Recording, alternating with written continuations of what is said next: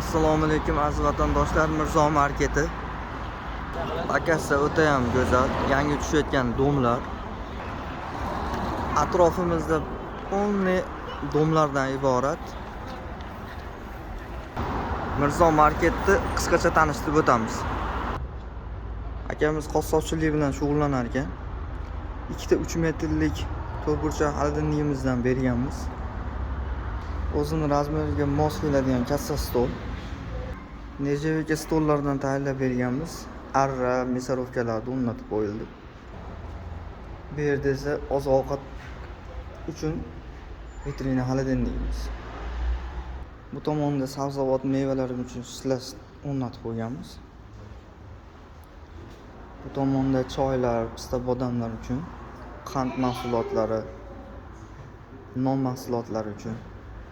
Mana bu burchakda parfumeriya uchun. O'rtada stilajlarimiz.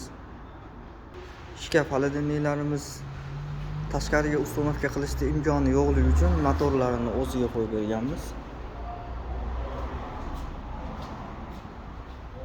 Sovish tizimlari tepadan pastga tushadi.